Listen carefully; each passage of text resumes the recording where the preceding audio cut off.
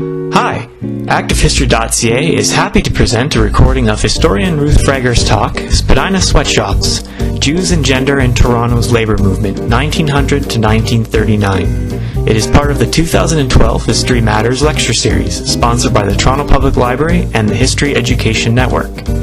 Please check back on ActiveHistory.ca in the near future for recordings of subsequent talks from the 2012 History Matters lecture series. Hi, thanks very much for your interest. What I want to do today is a two-part talk. I'd like to start out by talking about the background of the Jewish labor movement and some of the dynamics in the Jewish labor movement. And then in the second part, what I'd like to do is focus on one strike in detail, which is the 1912 strike at the clothing factory of the TE company. So I wanted to start out, but I'll have to be extremely brief, with the context in Eastern Europe. What we're looking at the turn of the century, so the very end of the, from 1880s up until 1930, we're looking at a mass exodus of Jews from Eastern Europe. And this is being propelled by a number of things: dire poverty, also related to anti-Semitism, which was sometimes quite murderous and quite vicious. And so we're looking at a situation where approximately 1/3 of all Eastern European Jews fled in this period, and a number of them made their way to Canada. In fact, we have almost 200,000 Jews coming to Canada in the period from the 1890s right up until 1930, where the door slammed shut. Given the context of the Great Depression, and also it slammed shut especially for Jews, given the context of local anti-Semitism as well. So, looking at this period of mass migration, Jews who were coming to this country were primarily coming to Montreal and Toronto. And what we see if we go through the first 3 or 4 decades of the 1900s is that the population, Jewish population in Toronto is growing very rapidly. So in 1891, just to give you a quick statistic, there are 1,500 Jews only. And by 1931, there are 47,000 of them. Now, we're going back to a period, well, that contrasts with today. Nowadays, many of us think of the diversity in Toronto and think of multiculturalism. But we're going back to a period where the vast majority of Torontonians were, as you may know, of British heritage. And Jews in Toronto in 1931 constituted only 7% of the population. But they stood out, as perhaps you can imagine. They were, in fact, the largest group of so-called foreigners, the largest non-French and non-British ethnic group. And they tended to concentrate residentially, as I'll go into, in terms of where they live, and also occupationally, particularly in terms of the clothing industry in particular. They're conspicuous also, of course, as non-Christians in a country that sees itself as Christian as well. Now, each European Jewish immigrants came from a context where they had a high degree of self-organization in terms of communities.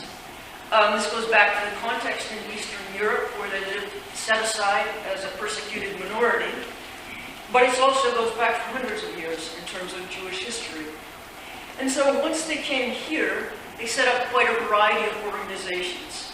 Synagogues were set up, and they were not only houses of worship, they were also social organizations as well, and also aid organizations to help other immigrants who were also Jewish, so mutual aid organizations.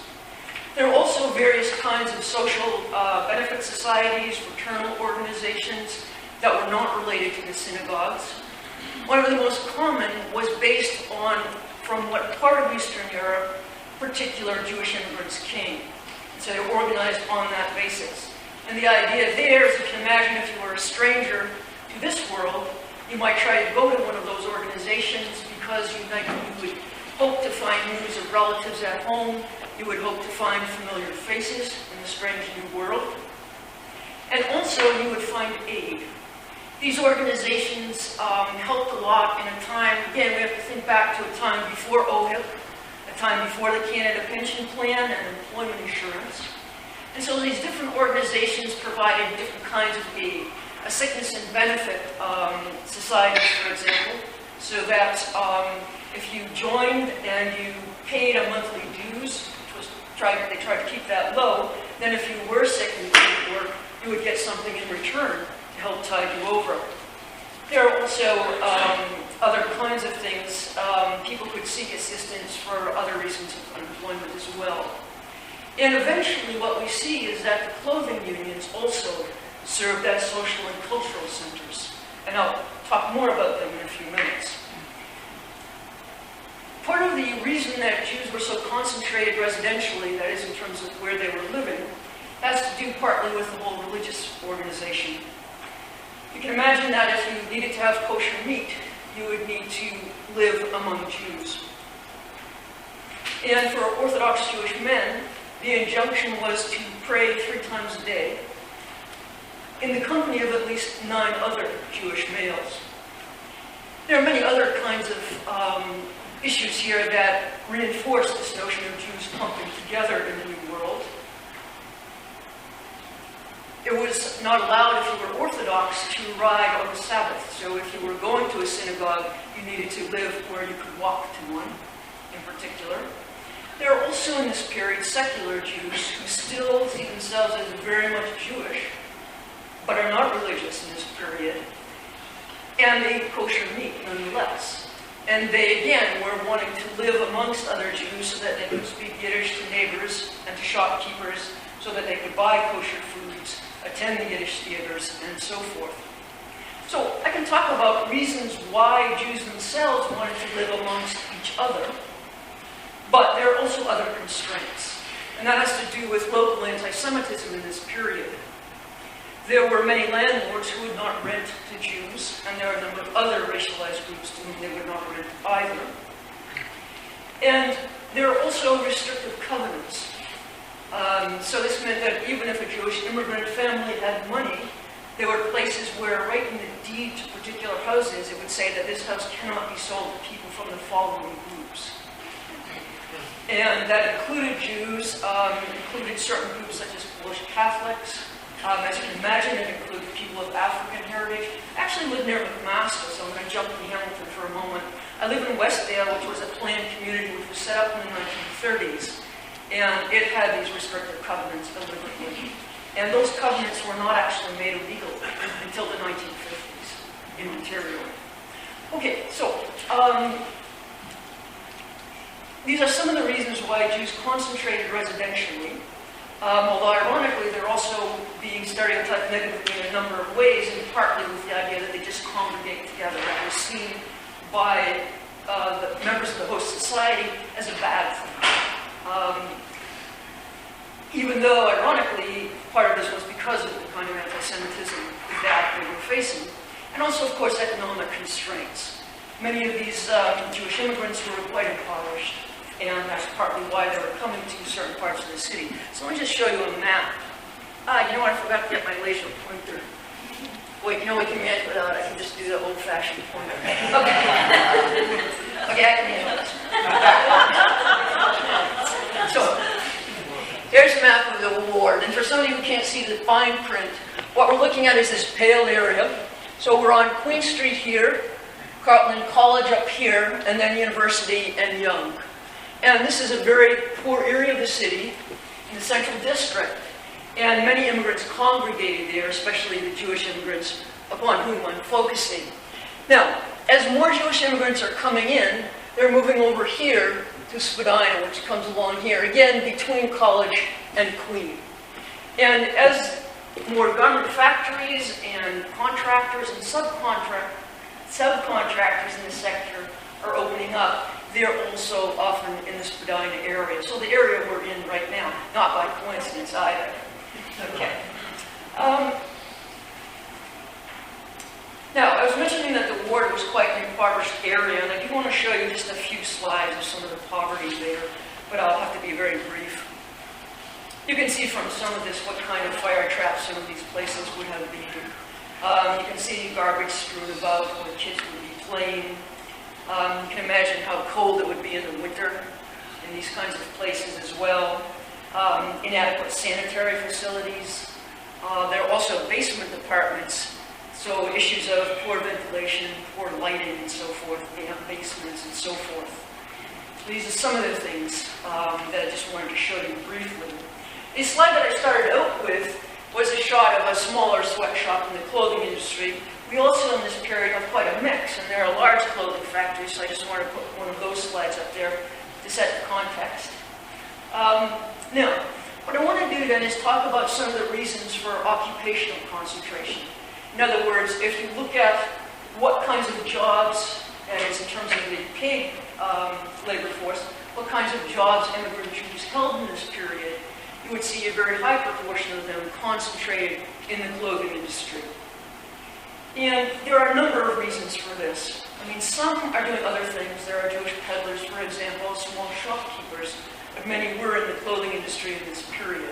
And it's the clothing industry then that became the basis for the Jewish labor movement.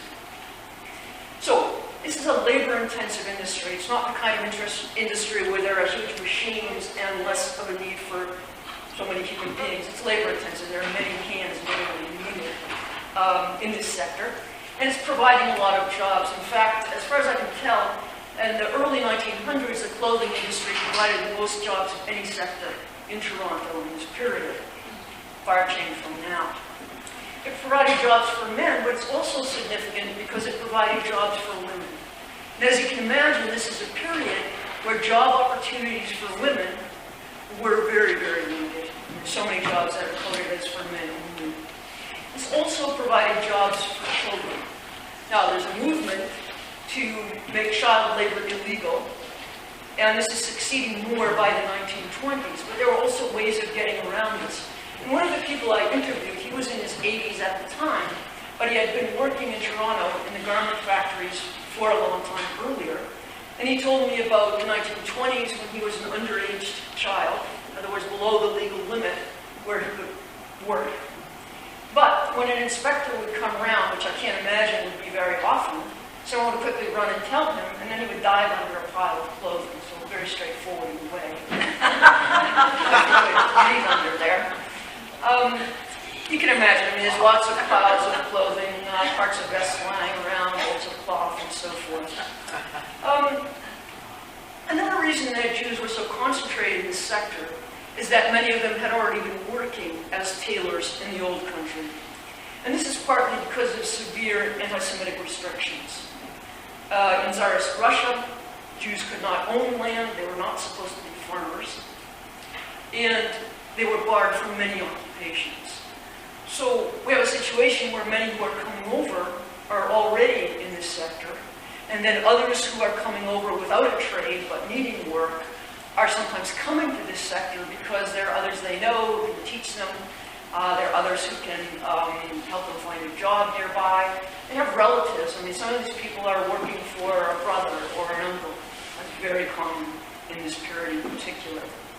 There also, another reason that Jews are concentrating here is something that you may not be familiar with, and that is that there's a religious injunction in the Hebrew Bible against wearing clothing that mixed wool and linen. So in effect, clothing had to be kosher. And this meant that Jews who were truly observant, religious, had to depend on Jewish-made clothing to ensure that this mix was not in the clothing in particular. And when we look at occupational restrictions here, there were many factory jobs that were absolutely closed to Jews. Employers simply would not hire them. And sometimes the employers would say, well, maybe I would hire you, but then those other people would not work with you, so I can't do that. So there are these kinds of pressures as well. This is a sector where there are some jobs that aren't that skilled. I mean, it looks very skilled to me, so it looks very skilled to me, but in this period, of course, there are many, many women, especially girls, who have these kinds of skills. And so, for someone who didn't have a trade, who needed a job fast, this was a way to get a job, to learn very quickly, and take some of the least skilled jobs in this sector. And you can imagine that religious Jews would want to work for Orthodox Jews because they want to make sure they don't have to work on the Sabbath in particular. There's one other thing I just thought I'd mention briefly, and that is the whole issue of people with entrepreneurial hopes in particular. This sector is a sector where if you want to set up your own sort of small factory, contracting shop, you rent a few sewing machines, you don't have to lay out a lot of cash. So it's a sector where some people went into it hoping that after working for a while they would have enough experience, that they might be able to save enough money, and then they would be able to open up their own small clothing factory. And some of these are in people's homes, which in some ways leads me to my next point, which is that the conditions, as you can imagine, were sometimes quite horrific. We're talking about a seasonal industry. We all know about seasonal demand for clothing in terms of the retail side. What this means is that in the factories, there are real peaks in terms of workload. And during those seasonal peaks, some people I interviewed talked about sleeping in these tiny sweatshops. The idea is that they were working so long, they had to get there really early, they were working so long into the night that they just slept there on piles of cloth and clothing, and that this would go on. So it's a tough kind of job in that sense, because you have these huge seasonal peaks where you have to work extremely long hours, sometimes 16 hours a day. And also, we're looking at a situation where then there are periods of unemployment, when there's not the same rush to make that kind of clothing for a particular season. So we're looking at difficult working conditions, very low wages, seasonal unemployment. And we certainly have a whole series of labor newspapers, like Organizers and so forth, condemning these kinds of conditions. But in order to sound more objective, I'll tell you about a couple of other condemnations, okay? So, William Lyon Mackenzie King, long before he became Prime Minister, wrote a report as an investigative journalist for the Toronto Daily Journal of Empire. And he investigated a lot of these sweatshops that made clothing. And he wrote this report about what he saw as pitifully low wages, extremely long hours of work. And he also was very concerned about poor ventilation, especially if we go back before electricity. For the irons that were used to press the clothing, these would be powered by gas. And so Mackenzie King was particularly concerned about these apartments that were turned into workshops where there's very little ventilation and all these fumes as well. There are also problems with speed-ups during the seasonal peaks and other kinds of health hazards. I'll cite another expert to give you more of a sense of this. So we're going to zoom forward to 1935 for a moment. There's a federal commission, a Royal Commission on Price Spreads, as it was called. And it did a lot of investigation of a number of things. But part of the investigation was to look at the plight of female clothing workers in Toronto in particular. And in a report that the commission issued, the commission said that the wages and working conditions in this sector, and this is a short quote, merit the most emphatic condemnation. So the commissioners themselves were shocked. And the good thing for the historian is that the testimony survives. The commissioners would have witnesses appear before them, and you can get the transcripts of those interviews. So I want to just quote a couple of these interviews from the report. So we're in 1935. Both of these people I want to quote very briefly were women who were working at one of the better clothing factories and nonetheless had much to complain about, as you'll see. In fact, they were working in the clothing factories of the T. Eaton Company in Toronto. So one of them talked about, she was telling the commissioners that the speed-ups were so harsh that, and here's the quote, I would go home nights and I would be so tired I could not eat my supper. And I would be so tired and stiff going home on the streetcar, I would just dread getting a seat. Because if I sat down, I could not get up again. My knees and my legs would be so stiff. Okay, one comment. One of her co-workers, who also testified before the Royal Commissioners, had actually had nervous breakdowns and had to be hospitalized. And she basically said, well, you had to work so hard, you were driven so fast, you were a nervous wreck. There are other kinds of problems if we're focusing on health hazards. High blood pressure, skin irritations and boils having to do with chemicals in the cloth. And also, I'm not sure if you're familiar with the idea that there's something called the Taylor's disease, and that's tuberculosis. It was actually known as the Taylor's disease in this period. So, we have a pretty bad situation here, and many of the Jewish garment workers responded militantly to try to develop unions, to try to struggle for better pay, in some cases better health conditions, including better ventilation, to try to regulate the hours of work and so forth. Sometimes they mounted dramatic strikes, even though this is a period where there's a great deal of hostility to unions, as you can perhaps imagine. The police often sided with employers who were against unions. The courts often aided anti-union employers, not just in this sector, but in many as well. I was mentioning that some of those who worked in this sector did not really have scarce skills, and so they were very vulnerable. If an employer heard that they were talking about a union or a protest, they could be fired and replaced with other workers. So they're in a very vulnerable position. And it's also a period where it's very difficult for Jewish workers to forge alliances with non-Jewish clothing workers as well. I wanted to talk a bit about the activism that's rooted in working class immigrant Jewish culture in this period.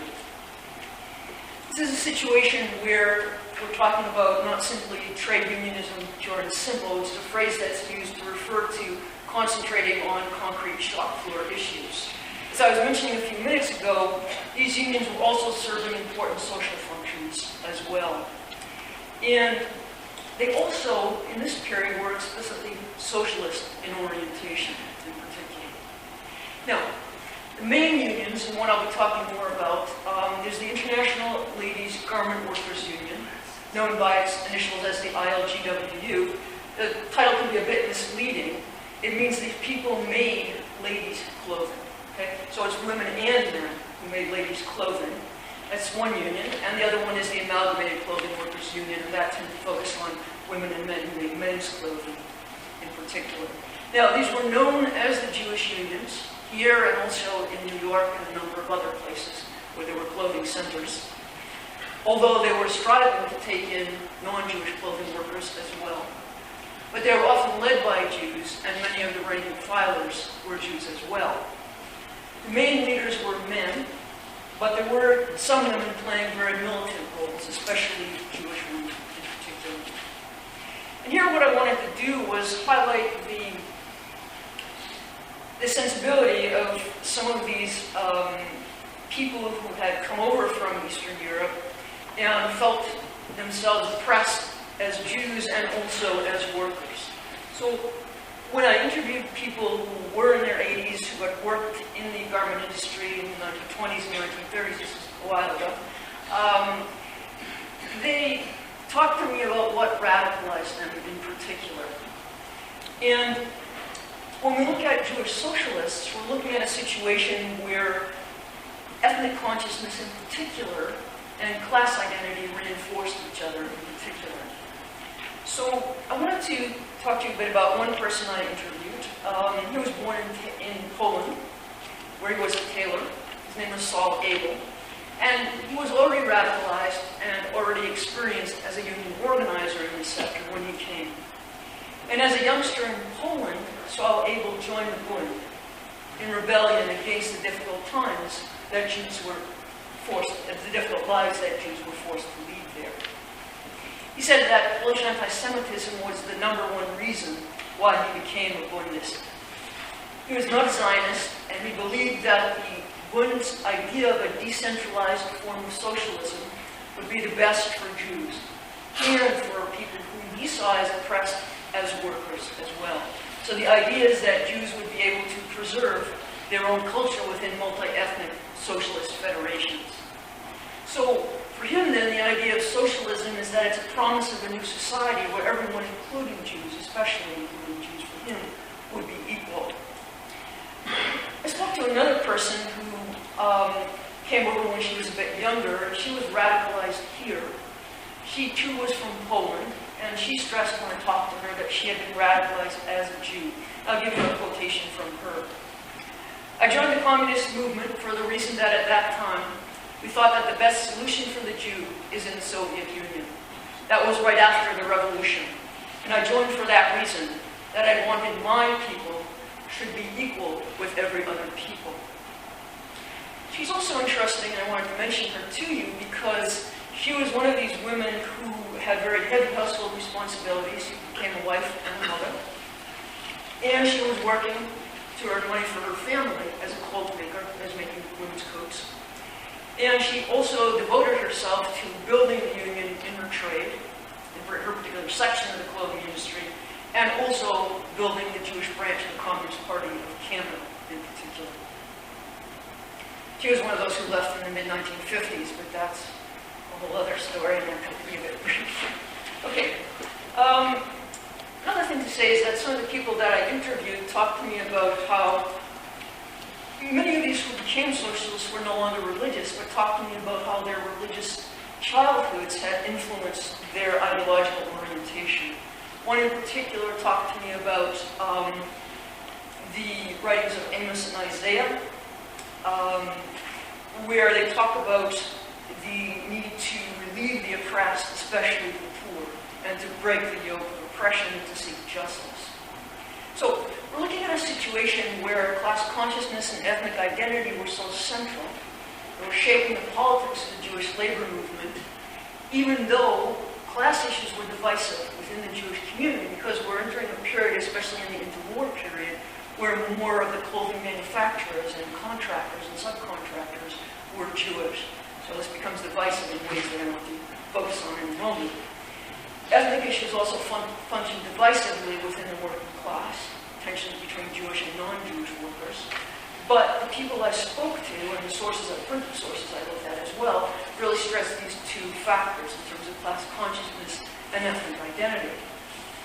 What I haven't seen, in terms of people I talked to, especially those who were radical in other ways, what I did not see was a commitment to women's rights.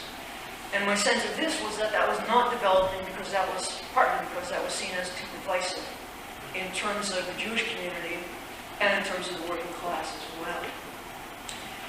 And if we're looking at Jewish working class activism, I'll be focusing mainly on the garment sector, but there are other things going on as well. There are Jewish school children occasionally mounting strikes against anti-Semitic teachers, which I find quite fascinating. And there are also consumer boycotts by Jewish housewives. And these are boycotts, there's a whole series of them, both in Toronto and Montreal. And these are boycotts that are against when the prices of kosher food goes up, or when they consider it too high. So again, these are actually battles within the community. So these are women who eat kosher meat, but who are in the hundreds massing to protest the prices from the Jewish butcher shops in particular. But some of the conflicts within the Jewish community, some of the greatest conflicts were between Jewish workers and Jewish manufacturers in the clothing sector in particular. And I was mentioning to you before that some of these people could be relatives, close relatives. Some of them would be neighbors, members of the same synagogues, or perhaps members of the same mutual aid societies as well. And there were Jewish workers who were reluctant to strike against relatives, as you can imagine. But this is a sector where strikes broke out fairly frequently. There are also Jewish employers who sometimes made key concessions out of sympathy with the workers. But there were also complaints that Jewish manufacturers were doing things that in fact were promoting anti-Semitism as a way of restraining militancy amongst the workers. The Yiddish newspaper in Toronto was left-wing, socialist in its orientation and pro-union. And the editorials would address strike issues when there were significant strikes. And sometimes the report was that there were manufacturers, Jews and non-Jews, who were stirring up anti-Semitism in order to try to keep the non-Jewish workers away from Jewish militant unions in particular. And as you can imagine, the Yiddish newspaper condemned this and also argued that it's the manufacturers who should make concessions, not the workers. So very interesting the take on this newspaper. The idea, the concern is partly that public fighting among Jews will increase anti-Semitism.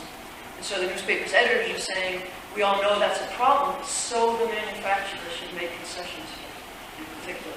At the same time, there are these tensions. On the one hand, I've been focusing on these kinds of divisions within the Jewish community, in Toronto in particular, similar dynamics in Montreal.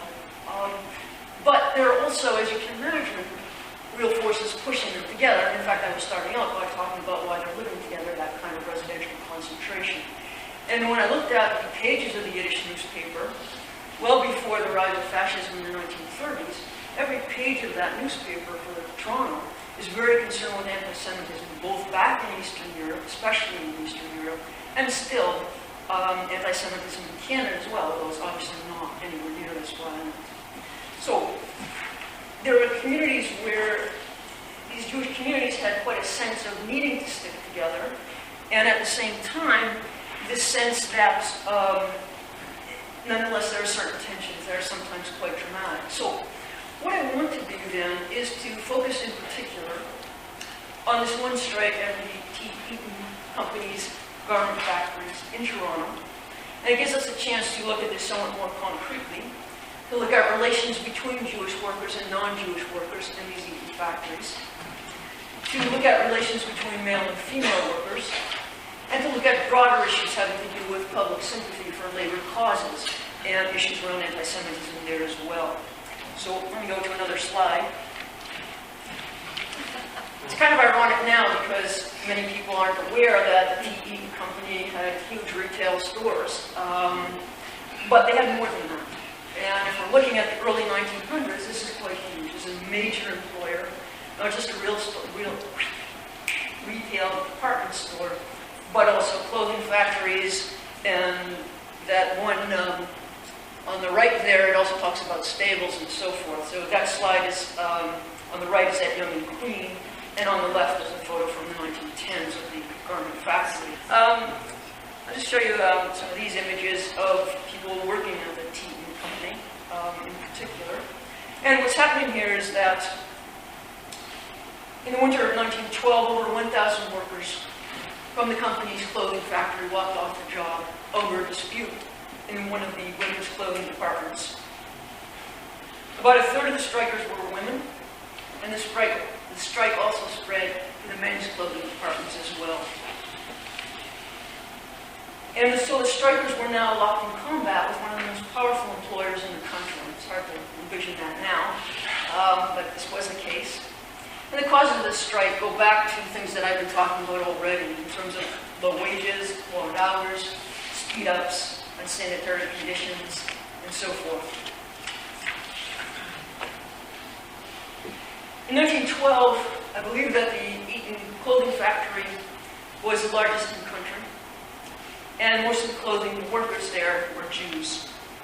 Now, management was on the lookout for anybody who was organizing protests or trying to organize a union, but nonetheless, the ILGWU, the union that was involved specifically with those who made women's clothing, was quietly organizing them. And in terms of the causes of this strike, there are a number of issues. The union charged that, there's a brief quote, frail children of 14 years in busy seasons worked from 8 a.m. to 9 p.m. The union also objected to what they called graft for foreman. In other words, this is piecework rather than an hourly wage, and so if you get a certain amount of money for sewing together a vest, the idea is that if you do favors for the supervisor, then he'll throw you the easiest vests to sew. Something else here, I used to wonder how issues of sexual harassment were dealt with when that term is so new. But what they're calling it during the strike is insults to girls. Gives you some sense of that. So the strike started in terms of its immediate cause when management ordered 65 male sewing machine operators to sew in the linings of women's coats on their sewing machines. And the men refused to do this. And there are two issues here. One is this is extra work for the men without extra pay. The men had been doing the work, getting 65 cents per garment without sewing in the linings. And now they're being asked to also sew in the linings, no extra pay. And sewing in the linings had been done by women who were doing that work by hand. So this meant that if the men took on this work, it would be a problem in terms of the men's pay, but it also meant women would lose their jobs. So the 65 male sewing machine operators sat down in protest and refused to work. After several days of this, the administration fired them and physically threw them out onto the street. And at that point, over 1,000 clothing workers from Eaton's joined them in particular. And part of what I find fascinating about this strike is it provides an example of men going out on strike where they're talking specifically about women's interests. I can find quite a lot of strikes where men and women go out on strike together in this period. We're looking at the clothing industry in Toronto. but very seldom do I find some specific kind of demand that focused specifically on women. And this is because, as you can imagine, the idea here was that men were the natural and rightful breadwinners, and therefore they should be the ones to have the better jobs and better pay. One of the men I interviewed actually was not old enough to have been around during the Eaton strike, but he told me about the way in which it had sort of survived as a legend. And he said that the Jewish activists were proud that one of their first big strikes had been in defense of, quote-unquote, our sisters. And I'll give you his words for a moment. And this is how he explains. The reasoning of the men who worked at Eaton's was a simple one, that these women workers will lose their jobs. And maybe the men felt they didn't want to do these jobs that the women are now doing. Maybe the men's wages will come down if the men were to sew in the linings by machine. Because the rates fixed for those operations were always traditionally lower because women did those operations. I never rule out the element of selfishness and self-interest, which is also human. I find it a very interesting strike because male and female interests coincided in this way. And one of the strike slogans was, translated from the Yiddish, "We will not take the morsel of bread from the mouths of our sisters." Here I want to show you my favorite photograph. So, just to remind you, the ILGWU then was the International Ladies Garment Workers Union, the main union involved in the strike. One thing I wanted to highlight is if you, sorry, I'm shaking the screen. If you look down here, it's very hard to make out, but this newspaper is called Jack Canuck. I just want to tell you it's there because I want to talk about it in a couple of minutes. Okay? So, we're looking at a situation where the people who went out on strike tended to be those who were Jews. And the non-Jewish clothing workers at Eaton's didn't join the strike. And what the labor newspapers were reporting, particularly the ILGWU's newspaper, was that there were efforts being made to cut off sympathy for the strikers by saying this is only a strike of Jews. And also, Eaton's was very powerful and brought in young English girls, young women who were English from England itself, brought them in as strikebreakers in particular. Now, the Jewish strikers did receive certain forms of support. They received wide support within the Jewish community, within the immigrant Jewish community in particular. The Association of Hebrew Charities provided food for the strikers. Local Jewish women's organizations took up street collections to provide funding for the strike until they were stopped by city authorities in particular. And the attempt was to reinforce the strike by calling for a boycott of Eaton's goods. But this was a problem. There were certainly people who boycotted Eaton's, but the boycott was not as successful as had been hoped. The strikers did receive some support from the Toronto Trades and Labour Council, which was a central organization, an umbrella organization for the unions in the city. The other unions did raise money for these strikers in particular, and they helped promote a national boycott of Eaton's. But what I find particularly curious is that many of those who supported the strike, many of these allies, not the strikers themselves, did so despite the fact that the strikers were Jewish. There was anti-Semitism involved even amongst some of those who supported the strike in particular.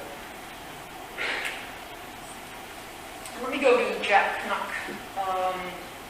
This newspaper was supporting the boycott in particular. This is a populist newspaper, and I'm not quite tall enough, but way up there it says bargains, and you can see in that circle there are women who are ostensibly clamoring to get into Eaton's to buy clothing on the cheap. But this is basically saying, give us this day our daily bread, and this is the kind of worker who's being totally worn out by having to make that clothing so that Eaton's can sell it very cheaply. So this newspaper, Jack Canuck, was supporting the strikers, but at the same time, it was also making comments at the very same time against Jews in particular. particular. So talking about Jews as dirty and the dirtiest specimen, et cetera, we'll go into all the quotes in particular. So what's going on here is partly that there's a current of hostility to Eaton's because it's a department store. And the idea is that, from a populist point of view, Eaton's and other department stores are doing bad things in this city and other places because they're squeezing out the small shopkeepers. And so it's partly in that context that these Jewish strikers receive some unexpected support in particular. It's a bit like some of the reservations about Walmarts today, where people argue those kinds of things, that they're squeezing out local businesses and so forth. So we do see that. One other thing I wanted to highlight, although I'll have to be very brief, but so Jack Knock, the newspaper, was portraying the tea company as a kind of octopus that was reaching out everywhere and doing these bad things, and focusing particularly on John Eaton. And one article scathingly declared that John Eaton, and here's a brief quote, gives immense amounts of money to hospitals and other institutions to take care of the sick and indigent, and apparently tries very hard to keep these institutions supplied with patients by overworking and underpaying employees. And I have one other slide to show you, which also is one of my favorite. There's a lot going on in here. So, it's Jack Knock, and you can see that it says it stands for truth and justice, however it perceives those. Okay, so this is supposed to be John Eaton, the philanthropist. I'm not sure if you can make this out. The factory's padlocked, so this goes back to the idea that the 65 workers were originally locked out. So some of the protesters are saying this is not really a strike, it's a lockout. And so the argument here is that he's posing as a philanthropist, but he's locking the workers out. And over here they're saying, you know, all we ask is work. If you don't have work, we'll starve. And over here, he's trying to, this is labeled a tea company, so you know I'm talking about the right guy here. And he's trying to create more fame for himself by donating all this money. And over here it says, let not thy left hand know what thy right hand doeth. So it gives you some sense of the way in which Jack Knock was painting this. There are other aspects of this strike. There were attempts to get suffrage organizations, as organizations that were supporting votes for women, to sympathize with the women strikers and support the boycott. But very little of that came across. There was very little support, as far as I can tell, among suffragists. And basically what's happening here, and I'll end here because I'm going on for too long, I think. Basically, they're no match for such a powerful employer. Strikers are having trouble holding out. There's no strike pay or anything like that. As I mentioned, Eaton's was bringing in strike breakers all the way from England. And when the strike ended, strikers had to give in. There was a boycott of Jewish workers, and for a very long time, the tea company would not hire Jews in the clothing factory. Certainly wouldn't hire them to work in the retail firms either, in any case. And the company recovered so quickly from this that it had plans the very next year to set up a whole new factory building. You've been listening to a recording of Ruth Frager's talk, Spadina Sweatshops, Jews and Gender in Toronto's Labour Movement, 1900 to 1939. It's part of the 2012 History Matters lecture series sponsored by the Toronto Public Library and the History Education Network. Please check back on ActiveHistory.ca in the near future for recordings of subsequent talks from the 2012 History Matters lecture series.